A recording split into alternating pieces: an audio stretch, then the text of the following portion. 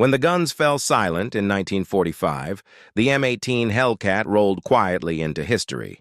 Its crews were discharged, its engines cooled, and its name, half forgotten amid victory parades, became just another line in the inventory of a war that had consumed everything. Yet the doctrine it embodied refused to die. Within the Pentagon's new halls of strategy, the Hellcat had left an imprint deeper than its armor, a conviction that speed was the future. In the first uneasy months of peace, American ordnance officers walked the same factory floors that had once thundered with wartime urgency. Rows of Hellcats waited in storage depots from Belgium to Bavaria, some coated in frost, others already stripped for parts. A few were tested against captured German tanks for data. Their performance still startled engineers. Even as the world shifted from total war to Cold War, planners studying those reports saw more than a battlefield relic. They saw a principle proven under fire, that mobility, not mass, had broken the back of the Panzerwaffe. Designers at Buick and the Army's Detroit arsenal took that lesson forward. The lightweight suspension and radial engine layout that had made the Hellcat so agile became the blueprint for post-war light tanks. The M24 Chaffee, introduced in the final months of the conflict, carried its spirit, a compact, fast platform built for reconnaissance rather than slugging matches. A few years later, the M41 Walker Bulldog refined it further. More power, greater range, and a gun that could still strike first. These machines were not armored fortresses. They were predators built to move, inheriting the Hellcat's conviction that a tank's best defense was velocity.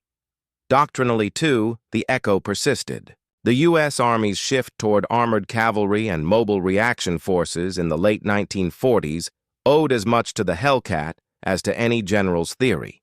Its battlefield behavior, decentralized, improvisational, aggressive, became the model for how future armored units would operate. Small, fast groups exploiting reconnaissance and communication to overwhelm heavier foes. In staff colleges from Fort Knox to Carlisle Barracks, instructors cited Aracourt as a case study in how agility could defeat armor. The name Hellcat entered tactical lectures as shorthand for initiative under pressure. A handful of the vehicles themselves refused to fade away.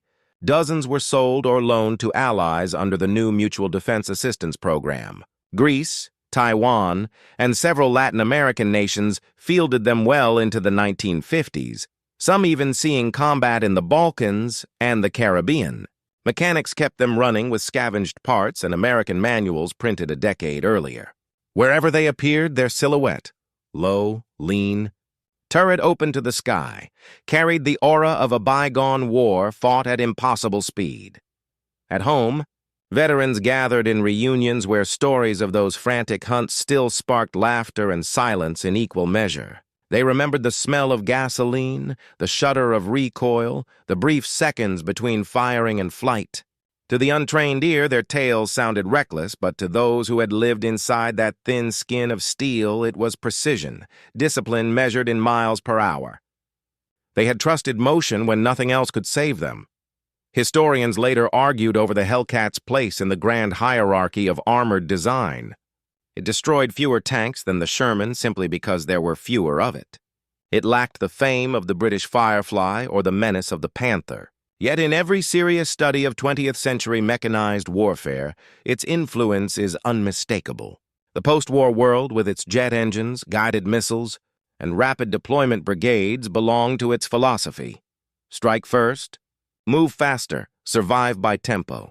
Even today, when one of the few preserved M18s roars to life at a museum range, its engine still carries the same feral note that startled German crews in the fog of Lorraine. The turret turns lightly, the tracks bite the earth, and for a moment the decades fall away. What began as a desperate experiment in 1942 now stands as proof that sometimes victory belongs not to the heaviest armor or the largest gun, but to the machine that refuses to stand still.